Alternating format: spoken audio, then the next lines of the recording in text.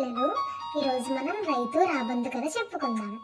అనగనగా ఒక ఊరిలో రామయ్య అని ఒక మంచి రైతు ఉండేవాడు.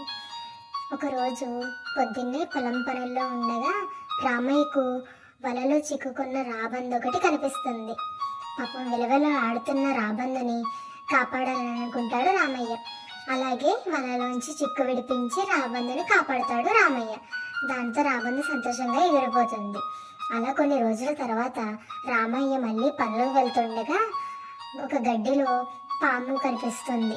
పైనుంచి గమనించిన రాబందు ఒక్కసారిగా కిందకు వచ్చి ఆ పాముని తీసుకొని పైకి ఎగిరిపోతుంది. దాంతో రామయ్య అనుకుంటాడు, నేను చేసిన సాయంతో రాబందు నాకు తిరిగి సాయం చేసింది అని ఆనందపడతాడు. పిల్లలు, దీన్ని బట్టి మనకి ఏమర్థమైంది? మనం ఎవరికైనా మంచి చేస్తే తిరిగి మనకి ఆ మంచి ఎప్పటికైనా వస్తుంది. Thanks for watching our channel. Please like, share and subscribe.